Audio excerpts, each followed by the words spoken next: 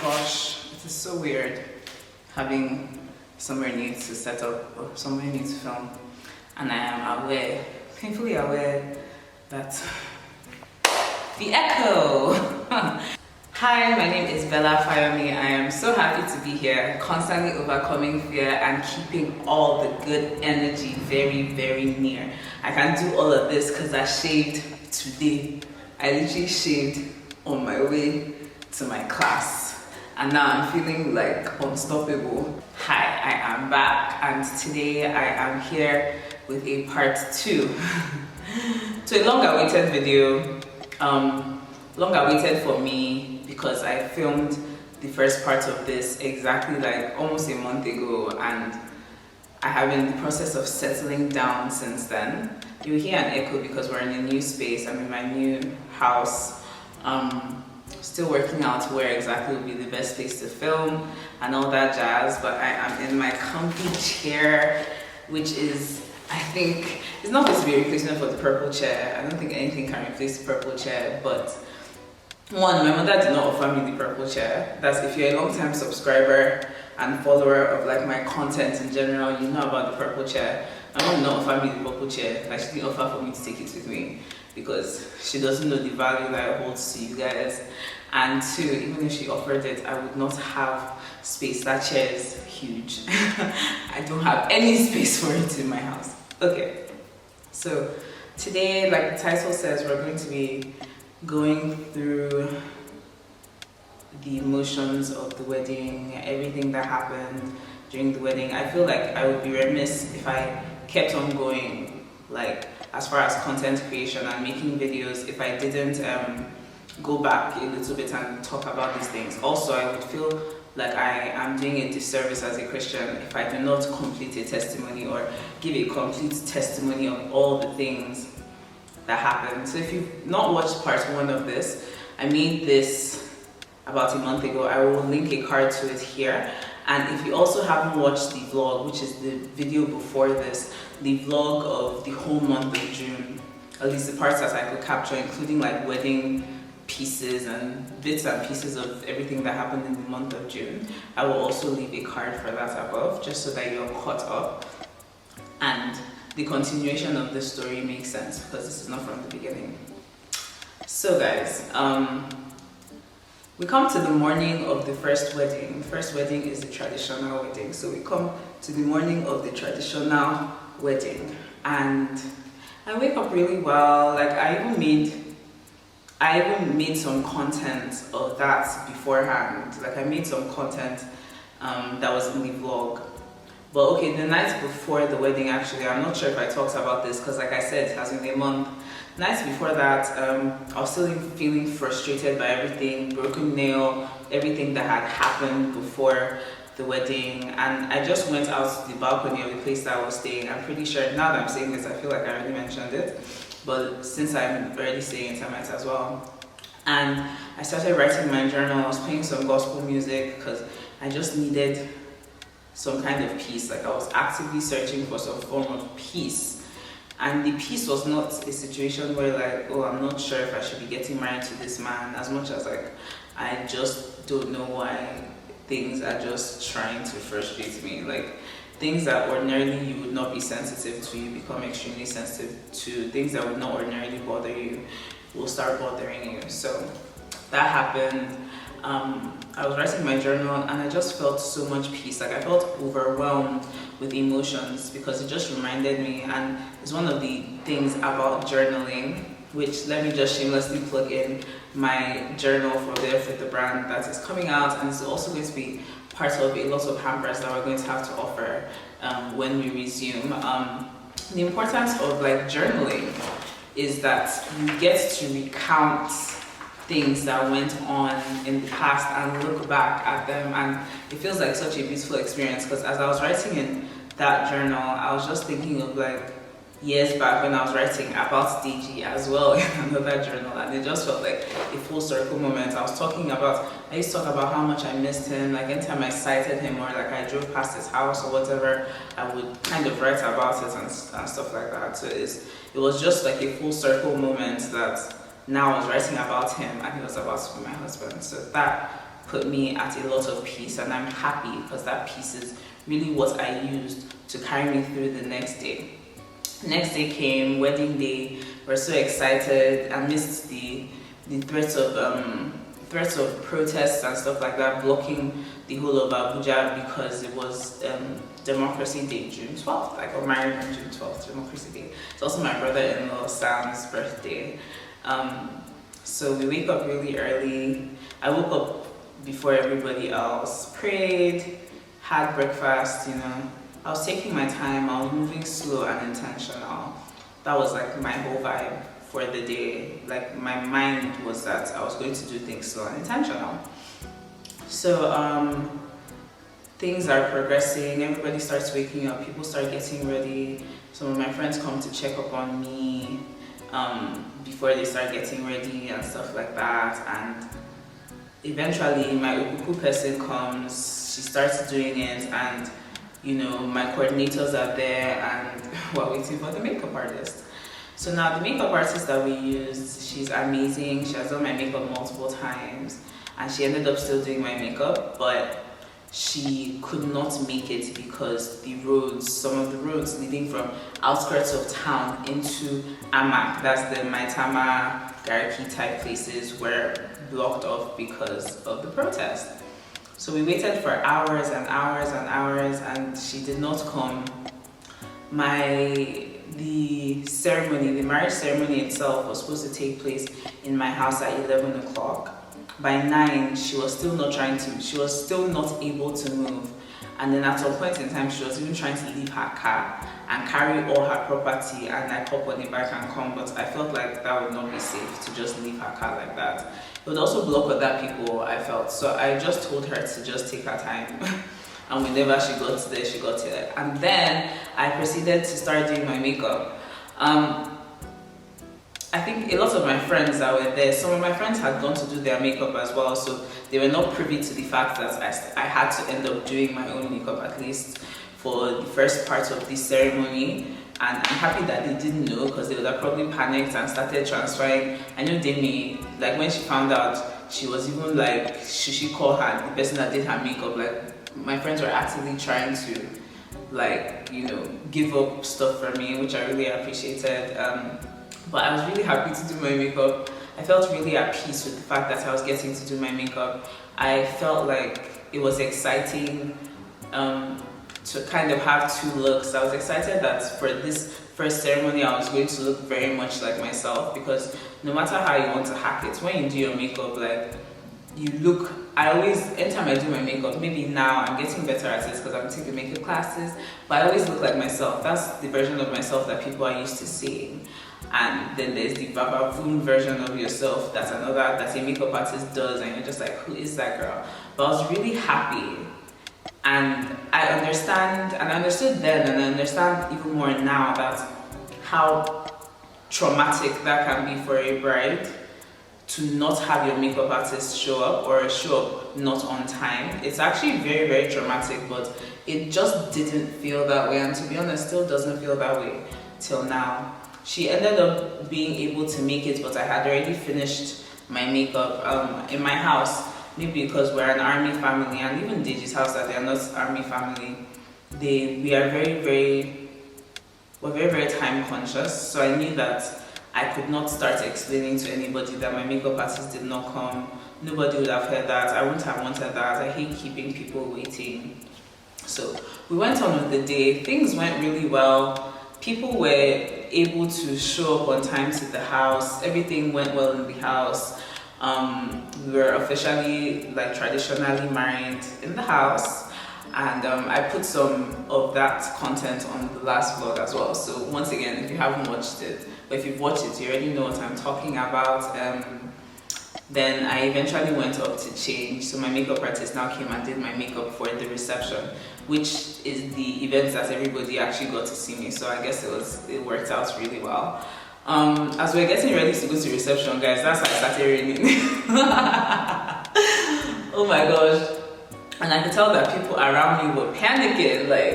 I was just thinking to myself, God, I prayed for peace for myself, but it's like I didn't pray for peace for the people around me. People were panicking, oh my God, it's raining. How will we do this one, this one, this one? Me, I was just thinking in my mind, God, now that it's raining, hopefully less people show up to this wedding. Because I just knew, like I said in the other video, like I had put in a lot of work to make sure that numbers were limited and stuff. But you know, there are certain things that just end up being out of your control.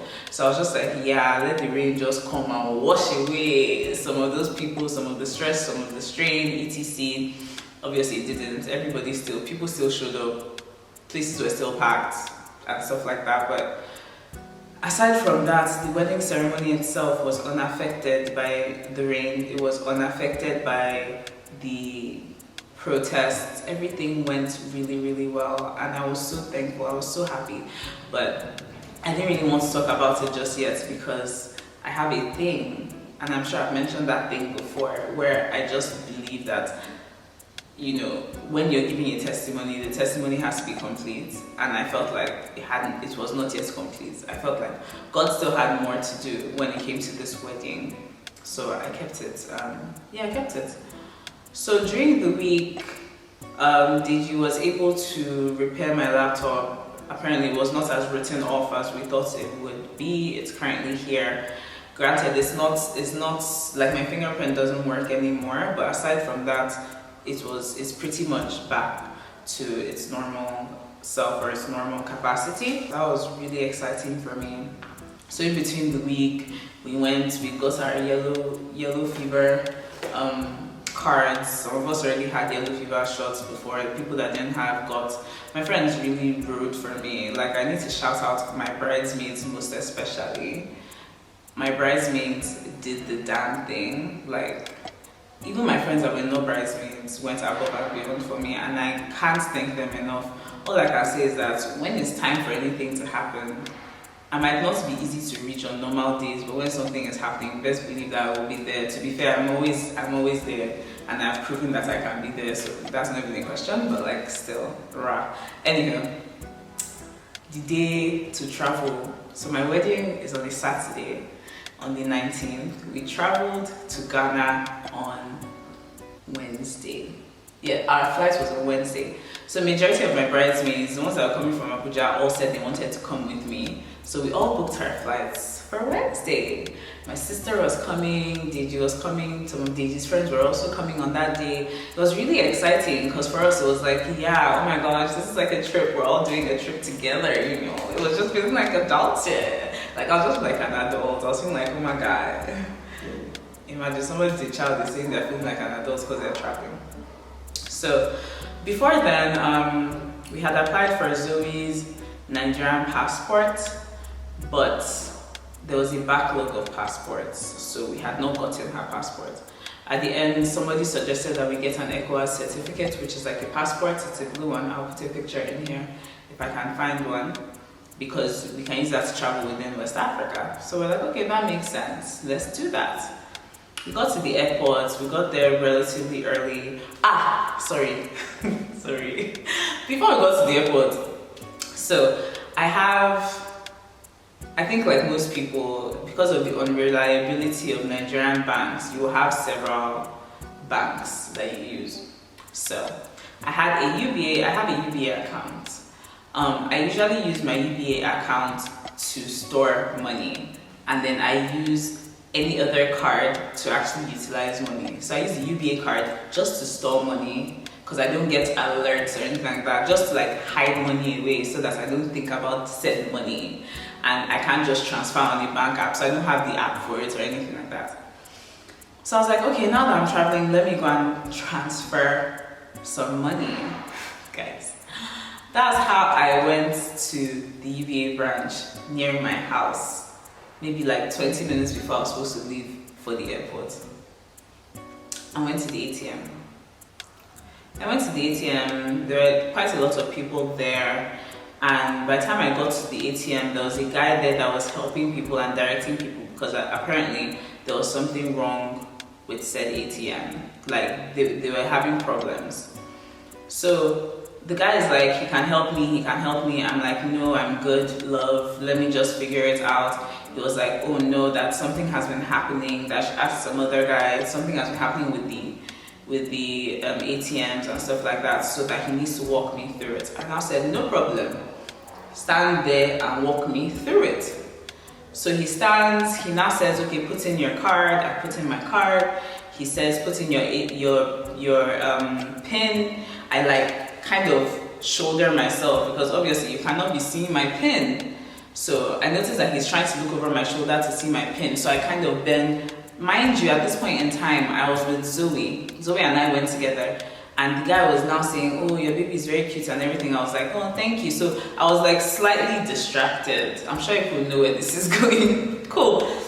I put in my PIN and everything. He now goes, he puts in one number, he presses withdraw. He just does some random ass things on the machine. And then he ejects, he presses eject, he ejects my card. He picks up my card before I get to my card. And he does like he's cleaning it on his chest, and then he puts another card. He puts the card, my card allegedly, back into the machine. Guys, he now says, okay, you should be fine. So I put in my PIN, I do everything. I go to the point in time when I'm like, okay, make a transfer. It's showing some random ass things, and then all of a sudden, my card gets eaten. Like it gets retracted by this thing, and it says, stolen card, something, card has been retrieved. Okay, go. I was just like, okay. At this point in time, my mind started putting things together, but I did not grasp the magnitude of what was going on. I didn't grasp it. I had thought to myself, okay, maybe that guy, and the guy who was asking me for, they were like 419 people, and they probably like wanted the thing to eat my card so that they will now go into the bank and collect my card. No. It was more complicated than that. So I go into the bank. I'm there for like 15 minutes. Finally attend to me.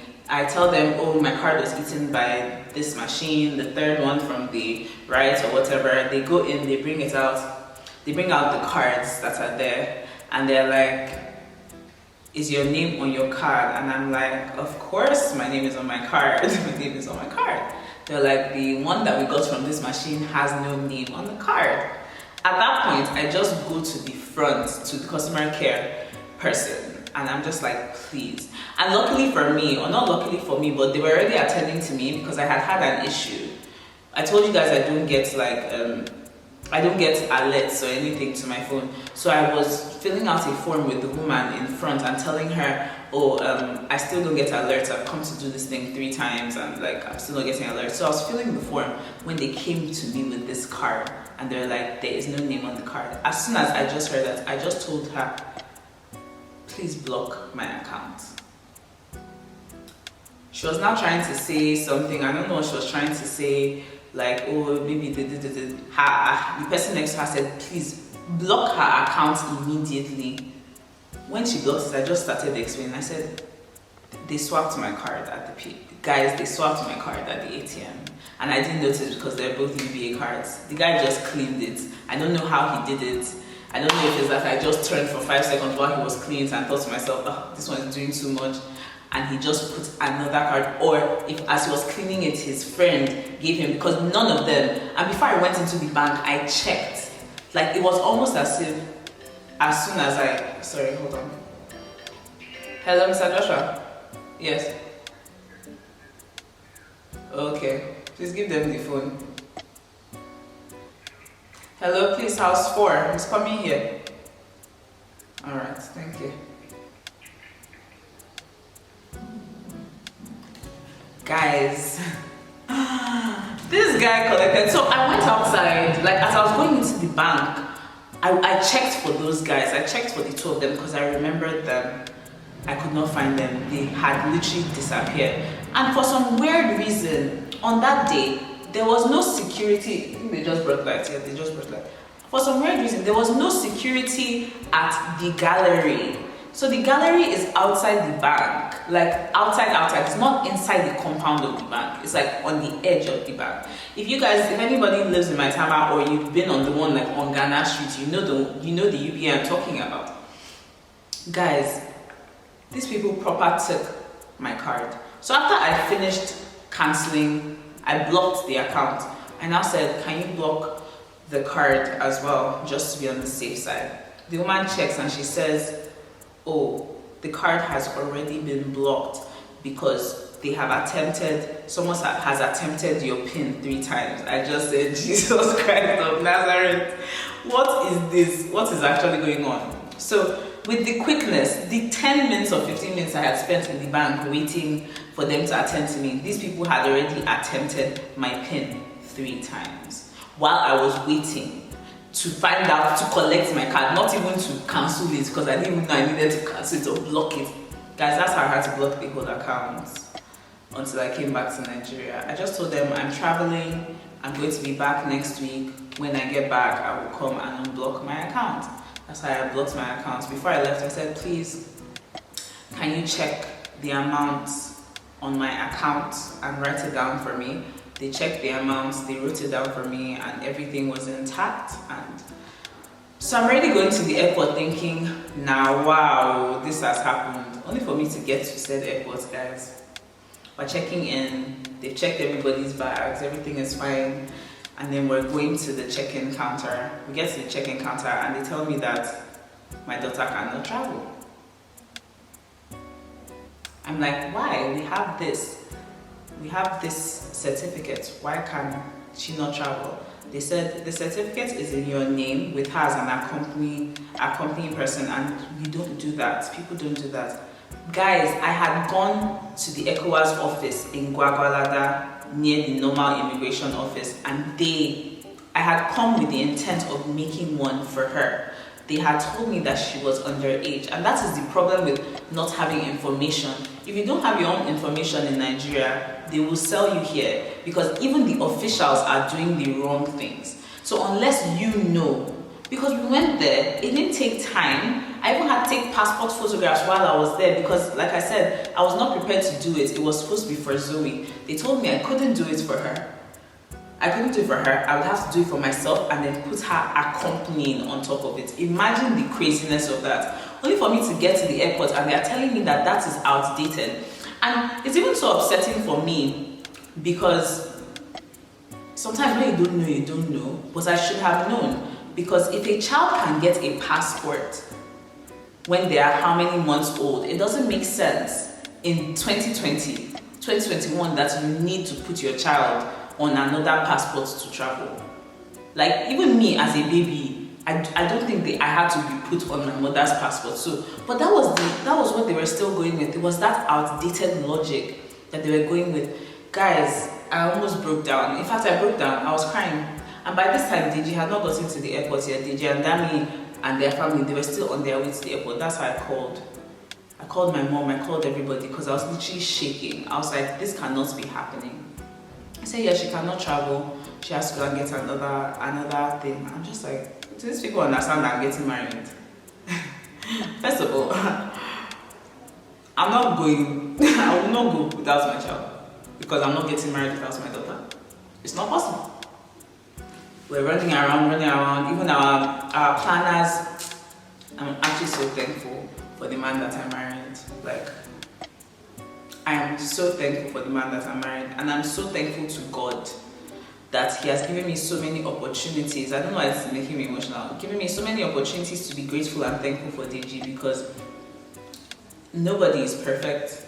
He's not perfect, but God, the level of safety and security that I feel when I'm with my husband it can't match up to the way I feel when I'm in the presence of God, but he's the only human being that can make me feel that level of safety. Guys, once Deji came to the airport and took over everything, he just started making calls. Like, usually in my family, I am the one that does that. Like, I'm the one that will be thinking of all the different alternatives, so we can do this, we can do. But this time that something is happening to me, I could not think. Deji is the one that called this person, called that person, called our planners in Ghana to get certificate. Oh, my daughter is this, she's not being able to travel, this one. It got to the point that they were even desperately considering if they could even give her a visa upon arrival in her other passport. Guys, my mom too was calling. My mom and Deji, they are just superheroes, and I pray that I get to that level. I pray that I can be that for other people. I think I am that for some other people. but like the people that keep you calm. It got to the point that we were even checking, it was African World Airlines, we were even checking for Lagos, how we're going to go, because all the flights the next day to Ghana were fully booked. All the flights on Friday were fully booked. Thursday and Friday, fully booked from Abuja. No, they don't travel on Friday. So Thursday, fully booked. It was getting to the point where I had to go upstairs African World and ask, like, can I reroute my trip through Lagos? Guys, let me explain to you what that would have been like. It would have been a situation where I would have had to travel to Lagos with Zoe, because we cannot now just say everybody should travel through Lagos. I would have had to go with Zoe, me and Zoe, with our 4 boxes, get to the local airport, find our way to the international airport in time to pick that other flight with my 4 boxes, go through immigration. Guys, I was just crying. At some point in time, there was one woman that was trying to help us, but then she was also yelling at us, like, why would we think that this is okay, this one, so. Guys, I did not know, and I just handed Zoe over to Dami. I just walked like across the airport, because I just started crying, but I don't like to cry in public. I just started crying, like I was vibrating. I was just crying silently because I just needed to get it out. I was just praying, God help me because I don't understand. God help me because I don't understand. Guys, eventually, Deji got them to delay the flights by an hour. Is it like, I didn't get them to delay the flight actually. The flight ended up getting delayed by an hour, and during that hour, my mom had spoken to somebody in the immigration office, explained to them what had happened, and they asked us to bring Zoe's passport picture. We didn't have Zoe's passport picture, so we tore the one out of the now useless certificate, ECOWAS certificate that I did not need because I have my Nigerian passport, because I'm in Nigerian and I have my Nigerian documents. We tore out her passport, and that's how they drove all the way to Gwagwalada to get another passport, passport booklet for her, ECOWAS certificate for her. Guys, that is how we ended up going. Up to the point in time before we boarded the flight and we're just in boarding, like I had already told my friends to go in, like everybody cannot miss their flights because of me and Zoe.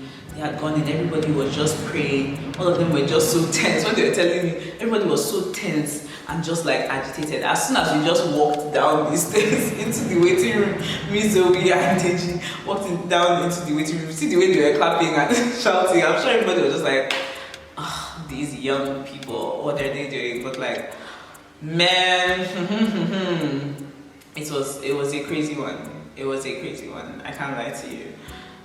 After that, everything went well. At a point in time, there were other random things that happened. That, you know, like some of our friends got into an accident, but it was like a full-on collision, but they were unscathed. That's within Ghana, in an Uber, within Ghana. But like, honestly, the devil tried it. The devil tried it, and I didn't get to do my bridal trial. There was like, it was just different, like random small things, but like I just didn't feel the need to mention them, because that thing of Zoe being able to be at the wedding seemed like the biggest blessing. Like it overcame everything. Like at some point in time, we had chosen where we're going to do the bachelorette. The morning of the bachelorette, they cancelled. Obose, Asari, and Shaitan has to be running around the streets of Accra that they don't know, looking for a new venue. Eventually, we found a new venue, but the bachelorette went well. But like so many small things like that kept on happening. But then the wedding day came, and it was the most beautiful wedding that I have ever been to. It was beautiful, it was amazing, I was so happy, and the devil tried it, but honestly, after that wedding day, I just felt like, wow, God, our testimony is complete. Deji and I, we went to church the next day for our Thanksgiving in Ghana. Our Reverend Father is so amazing, Father Williams. He is so amazing. They have like a tradition in their church where they collect offering and they collect offering for the couple and give it to you. So we went to church and we got money. We didn't know who was going to get some money. We got money, they gave us a gift and everything. It was such a beautiful experience. And I'm going to talk more about the actual experience as far as like picking vendors, what to look out for and stuff like that when you're planning a wedding in Ghana or in any other country, and stuff like that. But I just needed to share this testimony with you guys because I really want you to help me thank God. I want you to help me thank God for everything that He did concerning this wedding. I'm so happy that I'm making this video 2 months after the wedding because like you get so lost in things that happen in everyday life that you forget about the things that God has done for you. And as I'm talking and making this video, you people have seen my stance has gone from I started off like this, now I'm here. When you look back at the goodness of the Lord, like all you can do is just be in awe because I am completely awestruck by what God has performed, the magics that He has performed in my life, because I count myself as extremely undeserving of His love, of His attention, of how He treats me. Like I knew deep in my heart when we were planning that all things were going to work out towards good, because a message that I've received from God, and I'm sure I might have spoken about it on my channel several times, from different people over the years, like since when I was in uni, is that I am the apple of God's eye. And sometimes I forget, and He reminds me in very great and magnificent ways, and this was one of them. So, yes, that's what happened.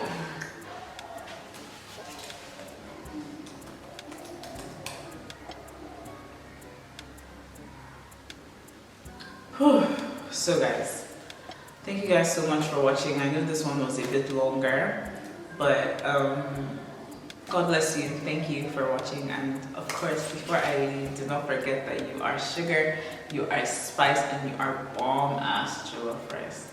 I'll see you in my next video. Bye bye.